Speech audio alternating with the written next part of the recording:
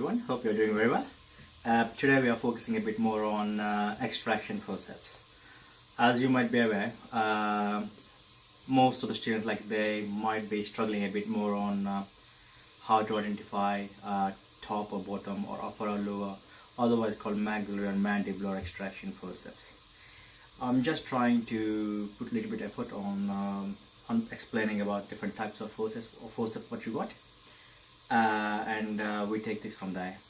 So I'm just focusing today on upper or maxillary extraction forceps. So as you might be aware, you know very well each quadrant has got 8 teeth. So 1, 2, 3 are the anterior, 4, 5, 6, 7, 8 are the posterior teeth. So as you can see there, so for anterior teeth, the front teeth, you got one forceps. For premolars, you got one forceps, and you got for molars, you got other types of forceps. So we'll focus a bit more on these kind of forceps what we got. For example, I'm just taking one. Oh yeah, I think these are nicely packed up, a pouch as you can see there. The dates, the black one, the day when it has been sterilized and pouched with an expiry date 1 year after the sterilization date. Okay, now let me take this.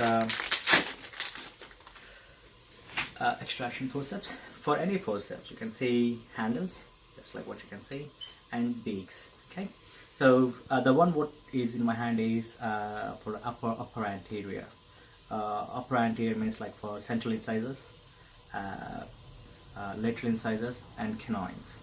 So if you see this one, this handle is pretty straight, and the beaks are in line with the handle. Okay, and if you see the tips of the ends of these beaks, they're a bit rounded, as you can see.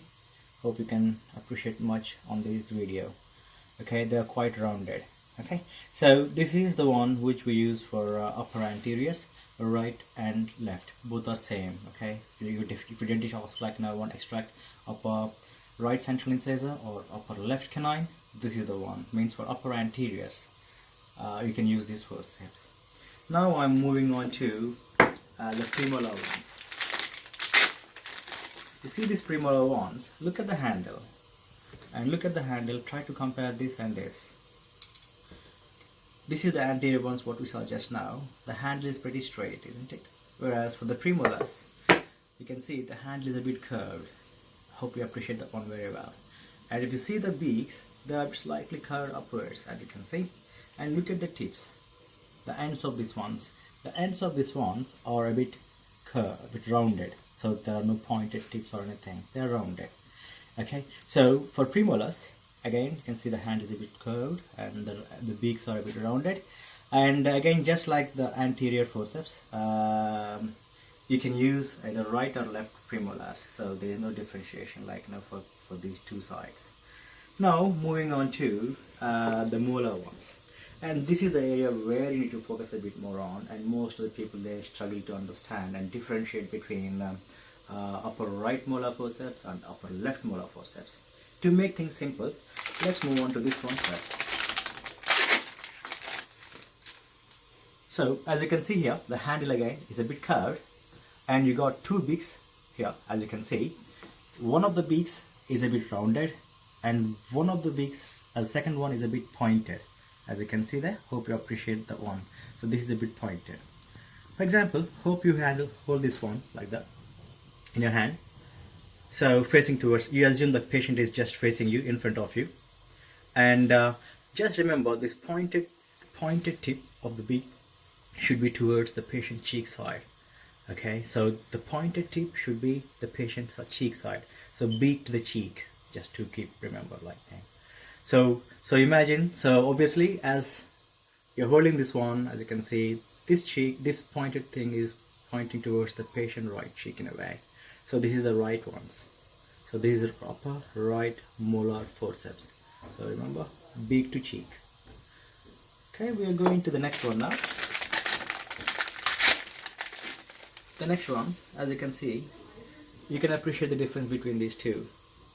Right, so the first one, you saw the pointed beak on one side, on the right side, and on the second one here, you can see this pointed beak on the left side. Say for example, if you hold these two together, for example, and both handles are curved anyway. The pointed tip here is towards the right side cheek of the patient, and the pointed beak here, or the pointed tip here, the beak is pointed towards the left side of the patient. So this is for the right side and this is for the left side. So remember, beak to cheek. Remember, when I say beak to cheek means patient is in front of you and facing towards you. The pointed tip always should be on the patient cheek side. Hope you understand this one now. Good. That's about upper molar forceps. Right? So when I say molar means like mostly it is commonly used for 6 or 7. Well, why I'm not saying about 8? Well, 8 you know very well. The wisdom teeth, they've got some funny shape and there's no proper structure unlike first and second molars. So this instrument is quite commonly used. This extraction instrument force is quite commonly used. As you can see this one, look at the side.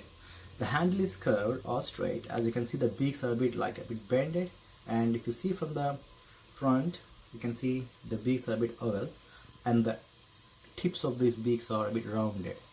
So this is called bayonet, B-A-Y-O-N-E-T. This helps in holding third molars and taking the tooth out. Sometimes if the crown has been grossly decayed, if it is sometimes difficult to hold the tooth with the normal extraction forceps, this one also will be helpful to hold the little bit leftover crown and pull this tooth out. Okay, that's about bayonet. The last one, what we have here is,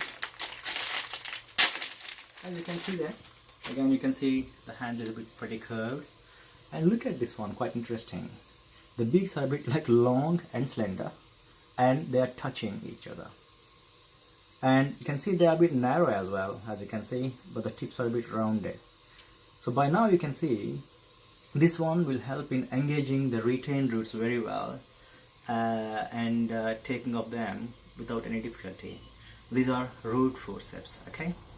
As you can see there, these are for the roots, okay? Very slender roots, pointed, very obviously slender and long ones, touching each other.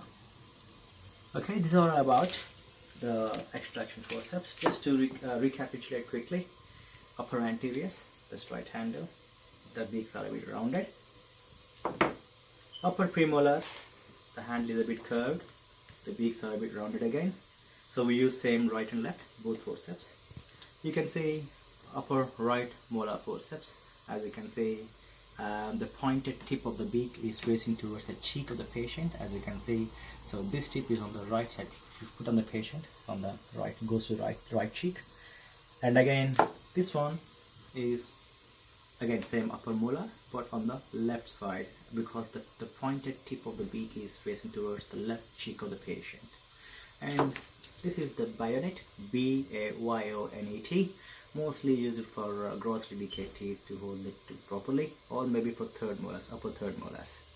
And the last one is this one is the root forceps, okay, where the beaks are quite slender and long and they touch together. Hope you understand this one, and yeah, all the best for your future. Take care. Bye bye.